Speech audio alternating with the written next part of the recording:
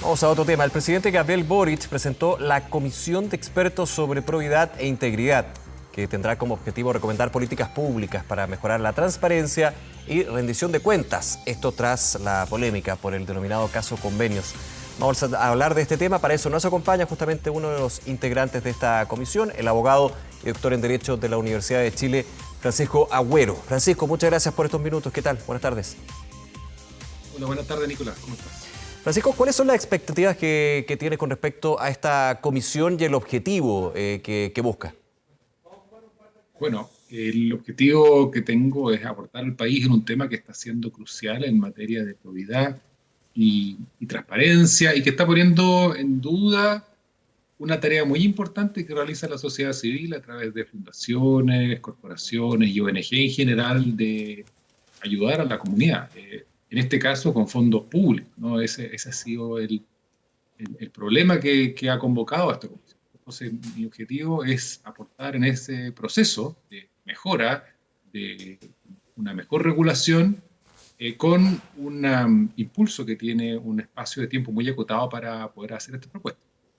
Claro, son 45 días y si uno piensa lo que es el aparato estatal, lo que es un sistema que se ha ido desarrollando durante tantos años con distintos gobiernos, con distintos colores políticos, evidentemente es un tiempo bien acotado.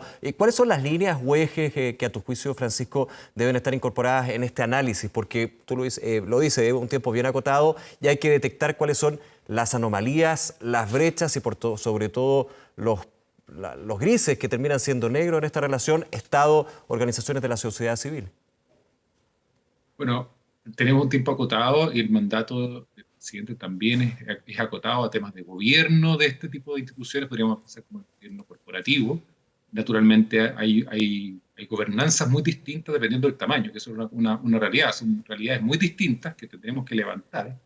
Como bien dices, Nicolás, también ha habido un esfuerzo constante también de mejorar estas prácticas y evitar que hayan desvío de fondo. Lo hemos visto en materia de educación escolar, en materia universitaria, es decir, no es un tema nuevo. Afortunadamente hay diagnósticos que se han elaborado incluso por la propia sociedad civil, en las cuales proponen, podríamos decir, que se identifique cuáles son las manzanas podridas y para evitar esas prácticas y reconocer a aquellas organizaciones que lo están haciendo bien.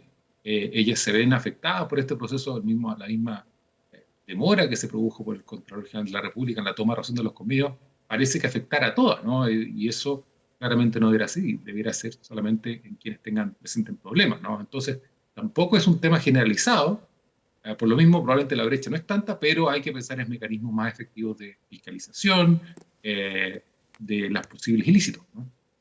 Claro, y también hay un punto acá, que es la desconfianza que nuevamente se posa sobre la institucionalidad, sobre las instituciones, digamos, porque esta es una manifestación de otros hechos de corrupción, de polémicas con respecto a recursos públicos. Yo no tengo registro, digamos, que haya sucedido con fundaciones, digamos, que estaban en otra lid. Como que las fundaciones nadie la ponía en duda, principalmente por el objetivo y la función que cumplen dentro de apoyar al Estado en el bienestar de la ciudadanía. Aquí se rompe finalmente con un canon y es lo que va generando una desconfianza sobre esas organizaciones, pero también sobre cómo el Estado se relaciona con ellos. Así es, y aquí hay que recordar que a veces parte importante de los recursos de estas organizaciones son privados, no, no todo es el Estado, ¿no? Entonces hay una desconfianza, como dices tú, generalizada, y ese es un problema. Algunas organizaciones y agrupaciones de este tipo de organizaciones habían hecho levantamientos detectando problemas y las brechas hace ya más de 10 años, es decir, también de alguna manera hay que ponerse al día. El encargo es potente, en lo personal y para todos los integrantes de la comisión, esta es una comisión ad honorem, no nos están pagando, entonces en un plazo breve tenemos que proponer, diría, propuestas y medidas que se puedan implementar. Ese es el otro gran Desde lo desafío. administrativo, pero No, también nada sirve. eventuales proyectos de ley, ¿no? Bueno, hay que ver, aquí la discusión no la hemos tenido, hay que mirar cuáles han sido los diagnósticos que ya existen, e incluso pueden haber propuestas, pero también propuestas que vamos a tener nosotros, ¿no? Entonces ahí probablemente algunas van a ser, a mi caso me importa mucho los temas regulatorios y que las medidas no significan finalmente una barrera de entrada o una imposibilidad de fiscalizar, o que algunas de estas organizaciones que pueden estar haciendo muy bien su trabajo puedan salir de la sociedad civil, es decir, que tengan que cerrar, ¿no? Eso también hay que tenerlo en consideración. Yo Ujú. pensaría en medidas, por lo menos por mi parte, de bajo costo y efectivas, porque muchas veces un proyecto de ley, bueno, puede estar un buen tiempo en el Congreso, las agencias legislativas son distintas, y los diputados y senadores tienen otras prioridades muchas veces, tienen un Claro. tiempo escaso. Claro. De hecho, con respecto a lo que es la regulación y eventuales leyes que fortalezcan lo que es la fiscalización, la supervigilancia, ha habido una crítica, especialmente desde de los partidos de oposición, no a los integrantes, no a los integrantes de la comisión, pero sí a la instancia que se crea desde el gobierno en términos de que para qué buscar nuevos proyectos de ley, eventuales leyes, si estas leyes ya están dormidas, congeladas en el Congreso y es efectivamente la necesidad de retomarla. Esto también estaría considerado dentro del trabajo, ¿no? Muchas veces no generar nuevos proyectos de ley, sino que tomar normas que están ahí.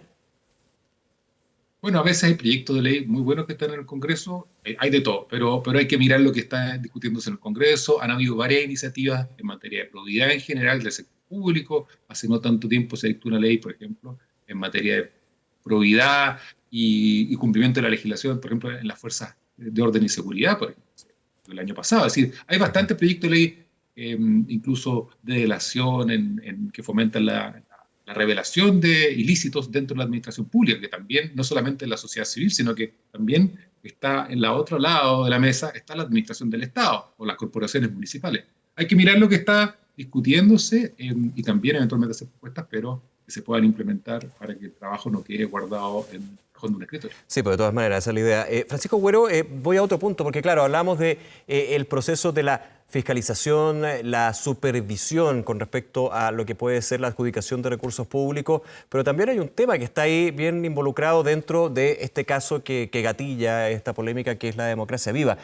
Y esto es un tema de distintos gobiernos. La designación de autoridades regionales, en este caso la Seremía. Hay también que echar una lupa, ver justamente esto. Recordemos que para lo que son cargos públicos también está la posibilidad de alta dirección pública. Uno entiende que el gobierno que llega tiene que poner gente de su confianza, pero aquí justamente lo que se pone en duda es si efectivamente ese grado de confianza puede terminar generando un problema que llegue a casos de corrupción. Mm. Es un buen punto que colocas, ¿no? Porque, por una parte, el gobierno de turno tiene que colocar a gente que cree en su programa de gobierno para ejecutar esas políticas públicas. Probablemente lo que están fallando ahí son controles, son problemas de probidad, de que los conflictos de interés no lo están revelando. No todo tiene que ser propio de una ley, puede ser propio simplemente tener a gente de distintos partidos fiscalizando al Ceremi y que, qué sé yo, que el intendente sea distinto, o en este caso el delegado presidencial. Todos esos controles tienen que estar presentes, no todos son propios de una ley o un reglamento, ¿no? Pero eso es una reforma que excede, creo yo, al encargo de nuestra comisión por parte del presidente. Ahora, probablemente los temas de probidad e inhabilidades van a estar presentes, porque algo Claro, de eso hemos estado viendo en términos de designación de quién sea presidente o presidenta de turno o el gobierno de turno, claro, escapa de lo que puede ser el alcance, digamos, de esta comisión, pero sí en la posibilidad de transparencia, ampliar la ley de lobby, la inhabilidad que puede tener un funcionario público, eso es un tema que podrían estar abordando, ¿no?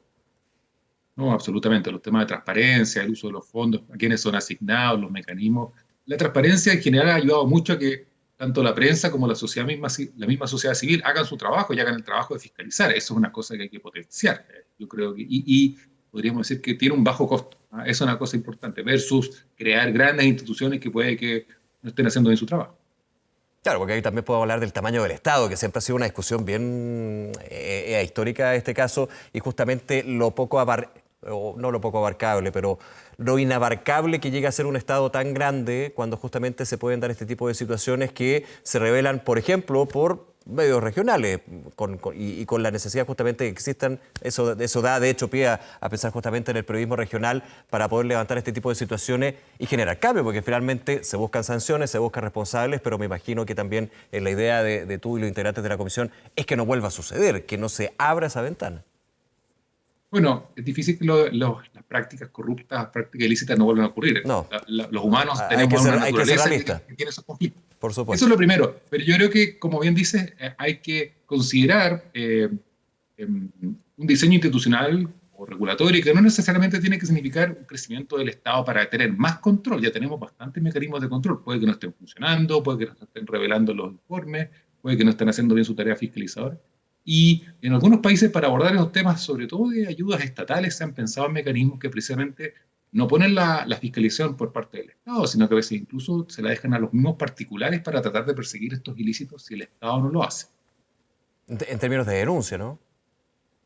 En términos de denuncias, por ejemplo, hay mecanismos en Estados Unidos y en otros países que si el Estado no persigue la denuncia o la archiva, vuelve al particular y el particular puede iniciar por sí mismo la persecución de Sí. la fiscalización privada, por así De hecho, decirlo. se aplica también el sistema que es conocido acá, pero para temas de libre competencia, que es la delación compensada, o un símil de la delación compensada en términos de quién es el primero que denuncia, a veces de manera anónima puede tener responsabilidad, pero puede tener una baja en la pena o una atenuante, digamos. También es un elemento a considerar, ¿no? Absolutamente, algo de eso se está discutiendo en el Congreso, hay un Sí. proyecto de ley, pero no lo conozco el detalle del último, pero por supuesto, hay mecanismos de proteger al que es parte de estos mecanismos y que no tiene ningún incentivo en arreglarlo porque es parte. Entonces, bueno, ¿cómo rompo esto si hay una sanción penal? Yo creo que los incentivos puede que no estén funcionando, entonces hay que pensar en un sistema que tal vez le dé una protección a él.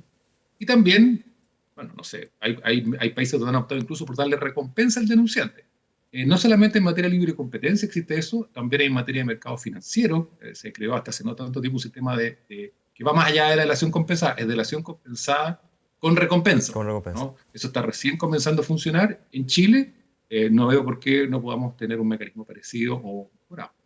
Claro, ¿se puede aplicar al Estado? Que ahí obviamente puede haber una diferencia. Ah, o sea, hay una diferencia Bueno, importante, digamos. en Estados Unidos hay una gran tradición en compras públicas, precisamente porque en compras públicas hay un espacio grande de corrupción donde ya en la guerra civil, es decir, en el siglo XIX, por las pocas herramientas que tenían para fiscalizar, dijeron, bueno, vamos a permitir que los particulares hagan denuncias y eventualmente se queden con un pedazo de lo recuperado, ¿no? Y eso ha funcionado y se ha vuelto a implementar más recientemente con fraudes a lo que sería las ISAPRES en Estados Unidos, donde hay un mecanismo de recompensa al denunciante y se está recuperando bastante dinero de manera bastante eficaz, Ujú. Ahora, de bajo costo para el Estado. sí, sí, claro, claro. Ahora, Francisco, desde otro punto de vista, y no quiero cargar la mano o poner, claro que es más facilista siempre decir, el sistema político, los integrantes del sistema, por ejemplo, los partidos políticos son los malos acá, ¿no? El problema es que efectivamente de uno puede permear a colectividades completas y obviamente ahí habrá que ver la responsabilidad y los mecanismos también de control dentro de los partidos. Pero a tu juicio y dentro de lo que también se podría discutir o conversar dentro de lo posible en la comisión, ¿hay una responsabilidad en términos del sistema político que finalmente deriva en este tipo de hechos en que un militante de otro partido se reúne con otro que finalmente genera una fundación con un giro que después del Servicio de Impuestos Internos se concreta luego de la adjudicación? O sea, nace también desde el poder político que se da en el Estado, o poder o influencia, digamos, como influencia, como queramos decirlo.